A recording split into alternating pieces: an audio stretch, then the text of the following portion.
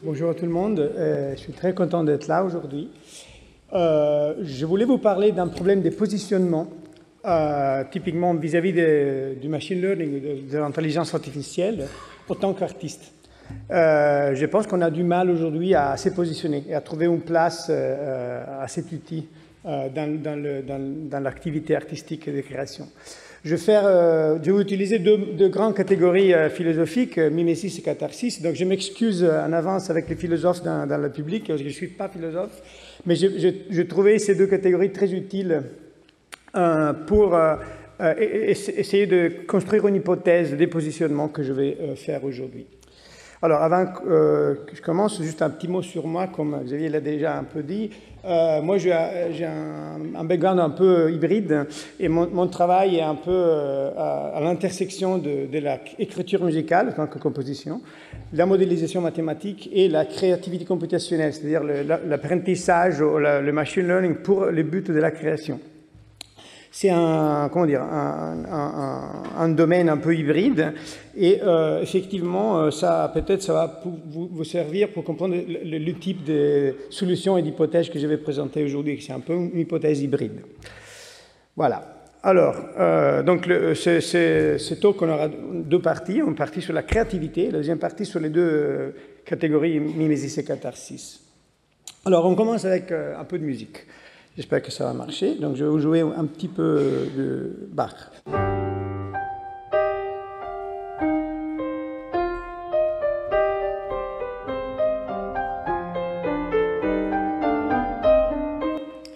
OK. Pour ce qui connaît la musique, on a un exemple très intéressant ici de complexité. Donc, d'abord, on a, ça c'est une fugue, et la fugue notamment est basée sur un sujet. Le sujet, c'est le thème de la fugue qui est l'élément musical principal de la fugue. Mais dans les passages qu'on vient d'écouter, il y a une chose assez intéressante. En fait, il y a une sorte de version dilatée du sujet superposée au sujet. Donc il y a une relation temporelle compliquée, mais qui marche d'un point de vue musical. Mais en même temps, il y a aussi un deuxième sujet qui est inversé et superposé aux deux aussi. Donc on a trois choses qui sont effectivement dérivés du même élément, le sujet, mais qui ont subi des transformations, la dilatation et l'inversion. C'est notamment des transformations géométriques. Et donc, du coup, je pense qu'on peut dire qu'ici, on a un exemple de complexité relationnelle multi-échelle. On a plusieurs échelles temporelles et des relations qui sont mises en discussion ici. Alors, je vais faire un exemple un peu opposé à ça. Donc, ça, c'est une pièce de Ligeti qui s'appelle L'Atmosphère.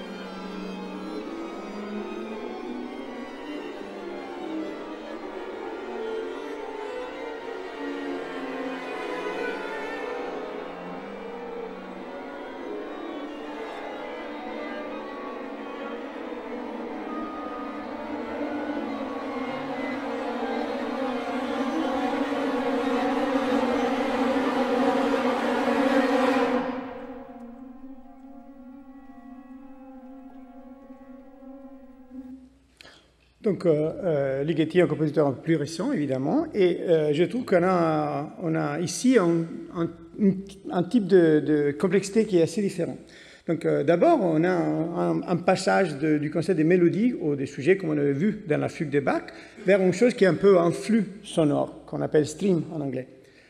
En même temps, il n'y a pas de rythme, effectivement, dans ces passages. Il y a plutôt une description de densité de la musique. Donc, il y a un moment plus dense ou moins dense de la musique. Et finalement, on n'a pas d'accord. On n'a pas une description traditionnelle comme la fugue de Bach qui était en do mineur, par exemple. Ici, on a des textures. On a quelque chose de plutôt sur l'aspect qualitatif, si vous voulez.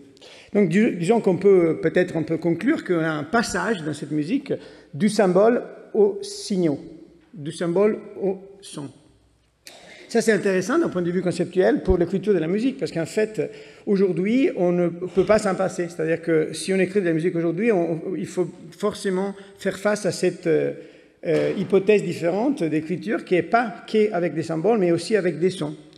Donc, pour généraliser ça, je vais vous proposer deux espaces qui existent, qui coexistent dans l'écriture musicale aujourd'hui. Et après, on va parler un peu des maths qui sont derrière à ces espaces-là. Donc, le premier espace, c'est ce que j'appelle la musique avec les sons. C'est un espace symbolique, un algèbre de quantités, notamment les intervalles, les distances, les durées. Et on a vu tout à l'heure qu'il y avait en fait une sorte d'algèbre sur le sujet, l'inversion, la dilatation, etc. Mais en même temps, il y a un espace qui est l'espace de la musique dans le son, si vous voulez. C'est un espace du signal, de l'analyse, de qualité.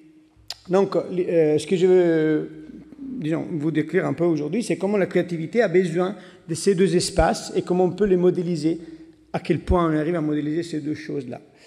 Donc voilà, ça c'est ce que j'appelle les deux espaces dans la musique, l'espace qui a, l'espace symbolique de quantité et l'espace analytique de qualité de la musique. Après, il y a aussi des choses un peu aléatoires dans la musique qu'on ne peut pas tout à fait toujours décrire.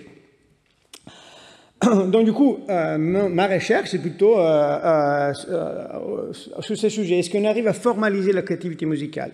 Est-ce qu'on arrive à trouver le modèle mental d'un compositeur pendant le processus d'écriture?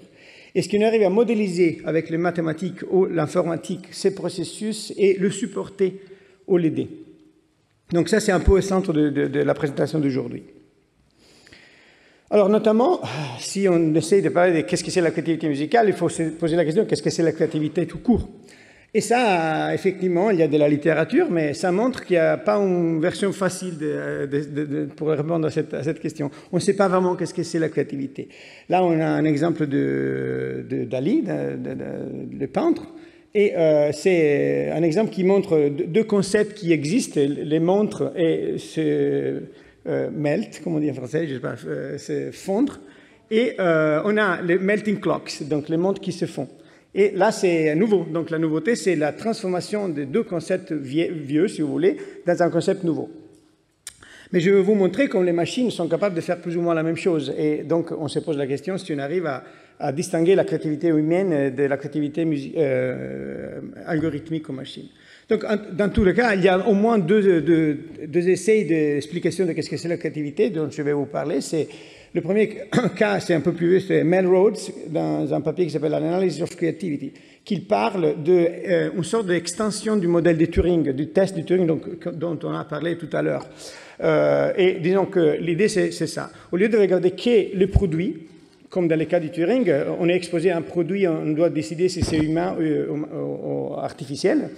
Là, on doit prendre en considération beaucoup plus de catégories. Donc, le produit vient la chose qu'on appelle le product, mais dans la catégorie des 4 P, la théorie des 4 P de Melrose, on a aussi la personne, le procès et le presse, ça veut dire le contexte. Donc, on ne peut pas analyser, évaluer la créativité qu'avec l'étude du produit. Est-ce que c'est artificiel ou humain? Il faut aussi considérer l'algorithme qui était construit, le process, qui l'a fait, c'est-à-dire la personne qui l'a fait, et le contexte, si c'était fait il y a 5 ans, il y a 10 ans ou aujourd'hui, parce que ça change beaucoup comment on arrive à évaluer l'aspect créatif. Une autre approche, c'est de Margaret Boden, qui essaye de présenter 3 manières de la créativité, la combinaison, la transformation et l'exploration. Donc la combinaison, c'est ce qu'on vient de voir avec le tableau de Dali. Il y a 2 objets qui sont combinés pour un nouveau objet. Après, il y a la transformation, c'est le changement de signification de quelque chose qui existe déjà, etc. Il y a plusieurs manières d'approcher la créativité. Les 2 approches, dans tous les cas, on se pose sur l'idée que ce qui est créatif est nouveau et utile. Donc, nouveau, ça veut dire qu'il n'existait pas avant, et utile, ça veut dire que ça sert à quelque chose, à quelqu'un, à une communauté. Donc, ça, c'est quand même assez délicat, c'est-à-dire que on n'a pas vraiment une bonne réponse, mais ça, c'est, disons, une des manières d'aborder la chose. Donc, si après, on se met dans le cadre de dire, est-ce que les machines peuvent être créatives? Bon, alors, bon, je commence très à l'ancienne, disons, c'est Lady Lovelace, c'était peut-être la première informaticienne de l'histoire, qui disait non, les ordinateurs ne peuvent pas être créatifs, parce que pour être créatif, il faut créer quelque chose de nouveau, mais les ordinateurs ne peuvent que faire ce qu'on leur demande, donc ils ne peuvent pas créer quelque chose de nouveau. Mais dans le papier qui était déjà cité aujourd'hui, Alan Turing répond, ben non, en fait, elle ne le savait pas parce qu'elle n'a pas jamais vraiment programmé un ordinateur. Aujourd'hui, on peut programmer les ordinateurs et je peux vous dire qu'effectivement, ils sont créatifs quand ils font des erreurs. En fait, c'est l'idée de bug, ça veut dire que c'est une manière d'être créatif pour les ordinateurs. C'est intéressant de voir comment la réponse conceptuelle est basée sur une réponse, sur un résultat technique. Dans le premier cas, on n'avait même pas accès à la programmation. Dans le deuxième cas, on a accès à la programmation, mais on n'avait pas accès à l'intelligence artificielle comme aujourd'hui. Donc je me pose la question, aujourd'hui, est-ce qu'aujourd'hui on arrive à reconsidérer cette conversation? En fait, je vous donne un exemple. Là, c'est un exemple de DALL-E 2, donc le logiciel, pas le peintre, et qui est une machine qui peut générer des images avec du texte. On peut lui demander de faire un bol de soupe qui est portail pour une autre dimension dans l'univers, comme digital art. Et donc, il y a ça, c'est les résultats. Est-ce que ça, c'est aussi créatif que les tableaux de DALL-E? Je ne sais pas, il y a plusieurs concepts, la soupe, l'univers et l'art digital mélangés et transformés pour une nouvelle chose. Donc, on a plusieurs exemples. Teddy bears shopping for groceries in ancient Egypt. Ça, c'est une autre idée un peu bizarre. Et un astronaute riding a horse in a photorealistic style. Un astronaute qui est sur un cheval, en style photoréaliste. Donc là, je pense que c'est légitime aujourd'hui de reconsidérer la question. Et est-ce que ça a changé la perception de la créativité grâce aux machines? Est-ce que les machines arrivent à nous aider à comprendre qu'est-ce que c'est la créativité, même humaine, en fait? Donc du coup, je pense qu'alors, il y a une question encore plus antécédente. Est-ce que la créativité existe, tout court? Les machines sont déterministes, typiquement. Donc du coup, est-ce que la créativité est déterministe aussi? Alors, pour essayer de répondre à cette question, je n'ai pas la réponse à cette question, mais je vais vous proposer un expériment de la pensée, ce qu'on appelle un thought experiment, avec la musique, ok? Après, je veux essayer de quand même tirer des conclusions. Donc, disons que d'un point de vue digital, un son, c'est un ensemble de valeurs, un vecteur de valeurs, qu'on appelle échantillons, ou samples. Et donc, du coup, on peut représenter n'importe quel son avec une suite de valeurs. Mais alors, dans un format spécifique, c'est le format CD qui n'existe plus aujourd'hui, mais que j'imagine vous connaissez. On a un encodage qui imagine prévoit 44 000 échantillons pour chaque seconde de musique. Et en fait, effectivement, chaque échantillon peut avoir 65 000 possibilités de valeurs. Donc, si on fait les maths, on peut calculer qu'une seconde de musique, disons, est faite par 44 000 puissance 65 000 possibles différentes combinaisons. Ça, c'est large, très large, mais c'est fini. D'accord? Donc, ça veut dire que dans cette seconde de musique, on a n'importe quelle symphonie de Beethoven, n'importe quel orchestre, n'importe quel chef, n'importe quel type d'enregistrement on était fait. Donc, tout est présenté comme combinaison les échantillons de chaque seconde. Évidemment, c'est un expériment un peu paradoxal et provocatoire, si vous voulez, mais effectivement, on part d'un espace combinatoire énorme, mais fini, pas infini. Donc, de manière générale, un ordinateur pourrait calculer. Donc, en fait, une possible conclusion à cet expérience, c'est que la création n'existe pas, c'est juste un processus combinatoire qui peut être calculé avec assez de ressources, larges, mais bien finies. Donc ça, je ne sais pas, c'est un peu intéressant, parce que après, je vais vous parler d'un problème, qui est le problème musical de l'orchestration. Et on va aussi voir comment l'orchestration, qui a l'air d'être une chose assez artistique, c'est-à-dire l'orchestration de Ligeti que vous avez écouté par rapport à l'orchestration de Beethoven, sont différentes. Donc il y a un esprit, disons, artistique, personnel dedans, mais en fait, on peut même les modéliser d'un point de vue combinatoire, et ça marche. Donc, je me demande qu'est-ce que ça nous donne, qu'est-ce que ça nous dit par rapport à la créativité. Donc voilà, on pose la question pour le moment, on la laisse, Et je passe à la deuxième partie qui invoque les deux catégories de mimesis et catharsis. Donc, d'abord, je définis les deux. Alors, encore une fois, excusez-moi pour l'imprécision de cette définition, mais en fait, Platon disait que la mimesis avait une double signification. C'était à la fois la reproduction rigoureuse, disons, de quelque chose, une copie parfaite, et à la fois l'art de l'illusion, où l'apparence pouvait être, disons, déceptive. Aristote définit la catharsis comme la purification intérieure qui est achevée avec des émotions très fortes, comme la peur ou les terreurs sacrées. Typiquement, dans la théorie esthétique, ces deux concepts, mimesis et catharsis, étaient utilisés pour expliquer la dynamique de la création. Donc en fait, on dit que la mimesis est à l'origine de la comédie et la catharsis est à l'origine de la tragédie. Et il y a Italo Calvino, l'écrivain italien, qui dit que chaque histoire ne peut être qu'une tragédie ou une comédie. En fait, c'est un côté de la médaille, disons. Bon, donc ça c'est un peu général, c'est un peu catégorie simplificatoire, mais je vais me servir de ces deux catégories pour essayer de faire une hypothèse de comment on se positionne par rapport à la créativité computationnelle, notamment aujourd'hui. Donc en gros, l'hypothèse que je vais faire, et après je vais vous donner un exemple de cette hypothèse, c'est que la mimesis, l'imitation, est quelque chose qui peut être, imaginé comme une représentation qui modélise et qui copie un phénomène qui existe. Par contre, la catharsis, c'est une sorte de transformation cognitive ou émotionnelle, une sorte de recontextualisation et de création de signification sur quelque chose.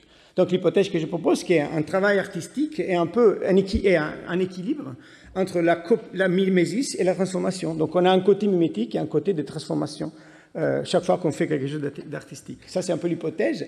Et je vais vous un peu parler d'une idée.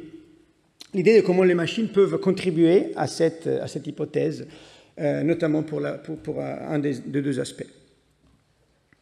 Alors, pour faire cet exemple, je vais vous parler d'une chose qu'on appelle orchestration assistée par l'ordinateur. Ça, c'est un sujet très intéressant qui était beaucoup étudié au sein de l'IRCAM, par exemple. C'était un problème qui était déjà évoqué par Pierre Boulez et qui était étudié pendant une trentaine d'années, si vous voulez. Et moi, j'ai fait partie un peu de cette histoire, la partie plus récente. Mais on peut le définir un peu comme ça. D'ailleurs, c'est un problème qui est très attaché, très lié à une particulière communauté des compositeurs, qui c'est les compositeurs spectralistes, qui font la musique inspirée par les sons. Je ne vais pas parler trop en détail de ça, mais en fait, si vous vous souvenez, les deux exemples que j'ai montrés, l'exemple de Bach et l'exemple de Ligeti, j'ai dit que sur l'exemple de Bach, on avait les symboles comme objet de la pensée, mais par contre, dans l'exemple de Ligeti, on a les sons comme objet de la pensée. Donc la musique spectraliste, c'est une musique qui fait recours, qui utilise les sons comme objet primaire de la composition, pour déduire des paramètres d'écriture de la musique. Donc dans ces communautés, dans ces cadres, avoir un outil qui t'aide à partir d'un son à générer une pièce, c'est un outil très, très important. Donc ça, on appelle orchestration assistée par l'ordinateur. Donc qu'est-ce que c'est d'un point de vue pratique? C'est un algorithme qui cherche les combinaisons des instruments de l'orchestre qui donnent une sorte d'approximation d'un son réel. Donc on a un son cible, disons, qu'on appelle target, et on essaie de construire une approximation de ce son-là en combinant des notes de l'orchestre. Ça, c'est un peu l'idée générale. Donc, je vais vous montrer un peu, expliquer un peu la chose un peu plus en détail. Donc, qu'est-ce que c'est? Donc, la première phase, c'est l'orchestration. Il y a une partition symbolique, notamment des notes sur une partition, qui est jouée et projetée, si vous voulez, sur l'espace du signal, du timbre. D'accord? Donc, vous vous souvenez les deux espaces dont j'ai parlé tout à l'heure. Donc, qu'est-ce que c'est l'orchestration assistée? C'est un peu le contraire, une forme d'induction. On part d'un espace du signal et on va en arrière vers l'espace du symbole. Donc, on prend un son et on génère la partition qui a créé ces sons. Attention, là, ce n'est pas de la transcription, parce que c'est un concept beaucoup plus général. La transcription, imaginons d'avoir un pianiste qui joue et on a envie d'avoir la partition de ce qu'il a joué. Disons, le pianiste a utilisé déjà une partition pour produire cette musique et on a envie de la retrouver. Là, on parle de quelque chose de beaucoup plus général. Ça peut être n'importe quoi. Ça peut être ma voix, ou un chien qui aboie, ou un avion qui vole. N'importe quel son peut être orchestré. Donc, on peut générer une partition pour n'importe quel son. Donc ça, c'est intéressant comme hypothèse de base. Donc comment ça marche ce système? Bon, disons, c'est un algorithme, donc ce qu'on appellerait aujourd'hui AI, mais on ne l'appelait pas comme ça il y a une dizaine d'années, qui est constitué par plusieurs parties. Disons, d'abord, les entrées de ces systèmes, c'est les sensibles, effectivement, de ce qu'on a envie d'orchestrer, des contraintes symboliques, notamment l'orchestre, les dynamiques ou le mode de jeu qu'on a envie d'utiliser, et une base de données qui représente la connaissance orchestrale. Donc il y a un algorithme qui est assez complexe. Il y a trois parties que je vais mettre en évidence. La première fois, c'est générer des combinaisons des instruments de l'orchestre. Après, la deuxième partie, c'est les décrire, donc ce qu'on appelle aujourd'hui embedding, donc trouver une sorte de modèle sous-jacent de la machine qui comprend ces combinaisons-là. Et après, les évaluer, donc mesurer la similarité entre la combinaison qu'on est en train de discuter et les sensibles. On répète ça beaucoup de fois, et à la fin, si on est content, on génère effectivement une partition. Donc on passe du son à la partition. Ça, c'est d'un point de vue un peu algorithmique, mais si on regarde la chose d'un point de vue un peu plus mathématique, qu'est-ce que c'est effectivement? C'est un problème de minimisation sous contrainte. Donc en fait, on essaie de trouver une distance qui est minimisée entre les sensibles Y et une combinaison linéaire des descriptions, donc de l'embedding, des sons de la base de données. Mais on impose aussi des contraintes. Par exemple, quel orchestre on peut utiliser, on peut mettre la flûte avec le violon ou pas, on peut mettre fortissimo avec piano, etc. Donc il y a des contraintes qui essayent de changer un peu l'espace de recherche de ces problèmes. Alors, je vais faire des exemples juste pour clarifier de quoi je parle. Alors, supposons qu'on a un son cible comme les voitures. Donc, l'algorithme d'orchestration pourrait générer une version qui est basée sur des cuivres qui correspond perceptivement au même son. Je vais faire un autre exemple un peu plus rigolo. Si on a un coq, et on le fait avec tout l'orchestre, on arrive à avoir quelque chose qui ressemble, donc qui est mimétique par rapport à la cible. Ça, c'est intéressant, parce que ça c'est un exemple de mimésis, si vous voulez, c'est de copie du réel, d'un phénomène réel. Donc la machine nous aide à faire une copie, d'accord? Mais si vous pensez à l'hypothèse que j'avais fait au début, j'ai dit que l'écriture de quelque chose d'artistique a une composante mimétique, oui, mais aussi une composante cathartique.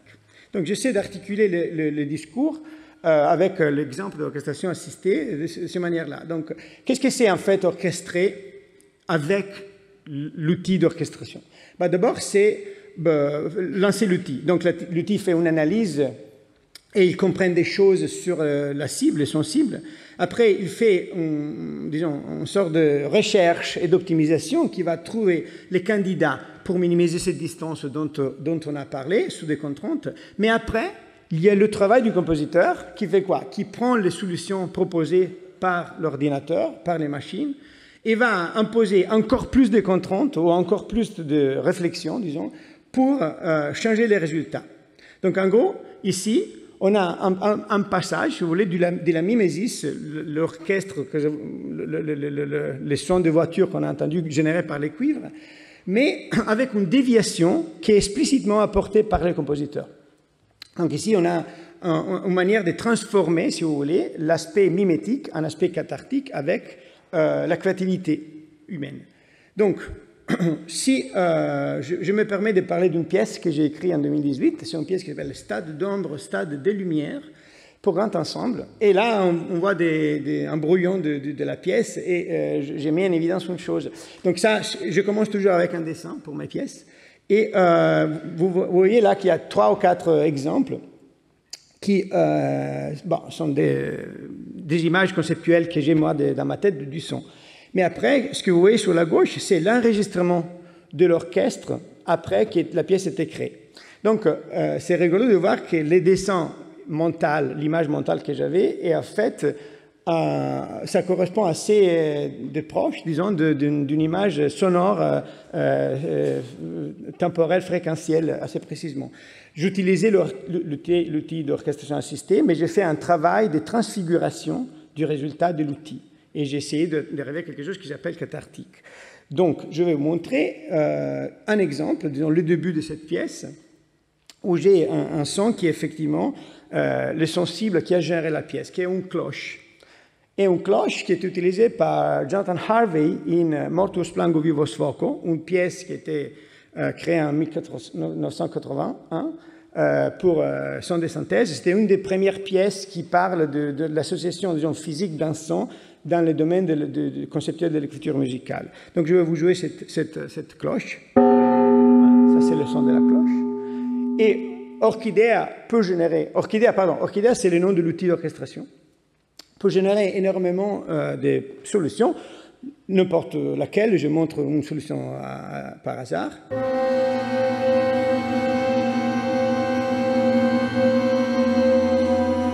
Donc ça, c'est l'aspect mimétique de la cloche, d'accord? Mais en tant que compositeur, je ne suis pas du tout intéressé que le public réalise qu'il y avait une cloche au début de ces processus.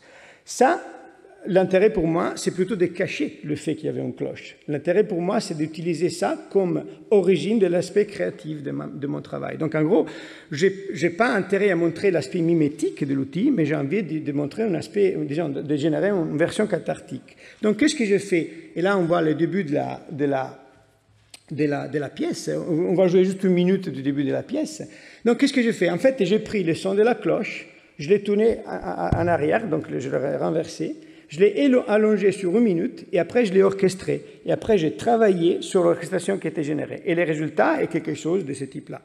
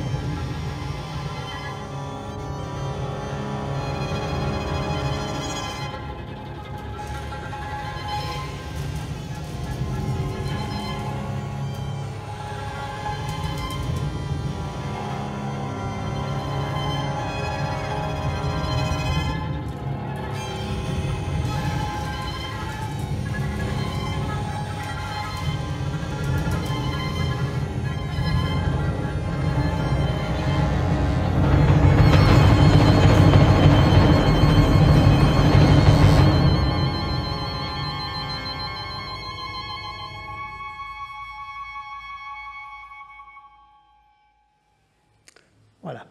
Donc ça, pour moi, il n'y a pas effectivement la cloche, on n'entend pas la cloche. Ce qu'on entend, c'est une sorte de mémoire de ce son. Notamment, si on parle un peu plus techniquement, c'est les partiels qu'on garde, mais étalés dans le temps avec une signification totalement différente. Donc c'est ça ce que j'appelle l'aspect cathartique de ce processus d'écriture. Donc du coup, j'ai utilisé effectivement l'outil. Mais je me suis en servi pour arriver à quelque chose d'autre. Ce n'est pas les résultats de l'outil, mais c'était le processus d'inclure l'outil dans mon processus créatif qui était intéressant pour moi. Donc j'essaye de réfléchir d'un point de vue général et je dis, bah, c'est où la créativité alors? Bah, disons qu'il y a un système, l'AI comme on voulait l'appeler, qui est très efficace à explorer un espace combinatoire énorme mais fini, qui peut proposer des solutions mimétiques et qui sont assez bonnes pour commencer à travailler. Mais en même temps, je pense que l'aspect humain, c'est curer, imposer des contraintes et trouver une narrative, une mémoire, un style qui devient de la solution générée par la machine et qui assigne de la signification à cette solution. Donc en gros, il y a un modèle de codépendance avec l'outil. La créativité émerge avec le feedback entre la machine et l'homme, avec des propositions, un jugement et une transformation qui est, disons, un cycle. Notamment, la manière de travailler avec ces outils-là, c'est une manière itérative. On a une solution, on réagit à la solution, on repose une question, on a une autre solution, etc. Donc c'est une sorte d'élaboration d'un espace de recherche qui n'est pas forcément linéaire, c'est plutôt non linéaire et un feedback, donc un cycle. Donc, si on arrive à généraliser, là, je pense que peut-être un modèle qui peut aider pour moi, d'un point de vue, disons, artistique, c'est un modèle de co-créativité. Donc, on partage les boulots, entre guillemets, et on utilise la machine comme méthode de génération à grande échelle et qui peut respecter des contraintes très difficiles à respecter sans la machine. Mais en même temps, on a quand même un besoin d'interprétabilité et, disons, d'écoute dans l'utilisation de cet outil. Le but, ici, c'est de générer quelque chose que ni la machine ni l'homme pourraient faire sans l'autre. Donc, c'est un aspect de codépendance, de co-créativité. Il n'y a pas de la littérature, c'est-à-dire que je ne peux pas vous montrer des preuves de cette chose, c'est juste une intuition et un modèle pratique de travail, si vous voulez. Donc du coup, pour essayer de faire une conclusion, je ne sais pas si on a vraiment une conclusion, on peut dire que la puissance, la force de la machine aujourd'hui, pour moi, c'est la capacité de produire de la mimésis à grande échelle, parce qu'on ne peut pas faire cette chose à grande échelle. Mais la capacité humaine, c'est d'appliquer une transformation cathartique. Donc, ce modèle de co-créativité change la question, les machines peuvent être créatives, dans une question du type, comment on peut co-créer avec les machines. Donc, du coup, à mon avis, dans le futur, et là, je veux dire, si j'ai encore une minute, je voudrais réfléchir un peu sur des choses qu'on a dit aussi ce matin. Je pense que dans le futur, il faut s'attendre à un impact énorme de la machine, même si on ne veut pas le vouloir. Disons. Quand j'ai dit tout à l'heure qu'il y a du mal à se positionner avec les machines, je pense parce que c'est quand même typiquement difficile de soit accepter, soit rejeter les machines tout court. On a typiquement un regard philosophique qui est très profond, mais qui manque de l'épaisseur technique.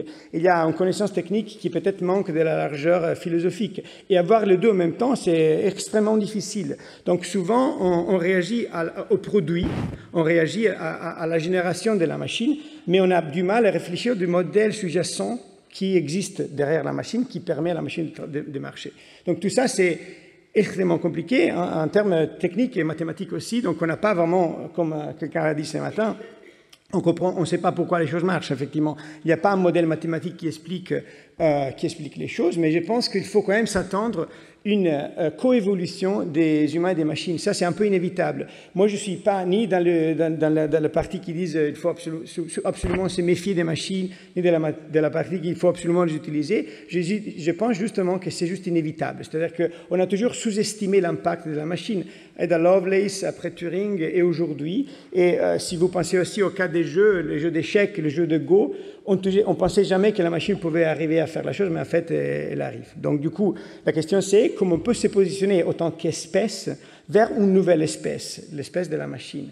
On a effectivement intégré dans notre vie les autres espèces, les animaux, les plantes. Je pense qu'on est sur le point de devoir prendre une décision et de comment on s'est positionné par rapport à cette nouvelle espèce qui est en train d'arriver. Voilà. Merci beaucoup.